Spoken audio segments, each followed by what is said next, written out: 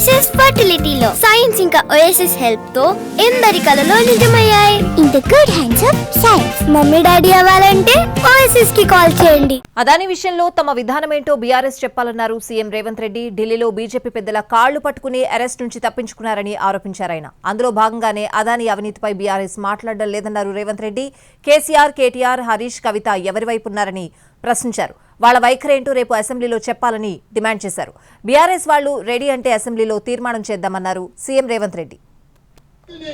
అవహేళన చేసే ప్రయత్నం చేస్తున్నారు.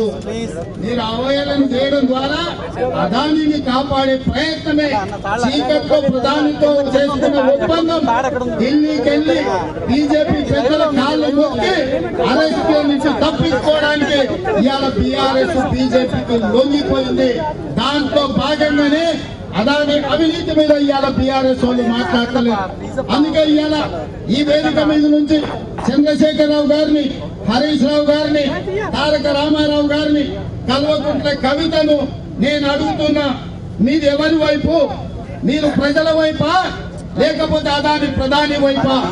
ఈ రోజు పార్లమెంట్ మీ విధానం ఏంటి?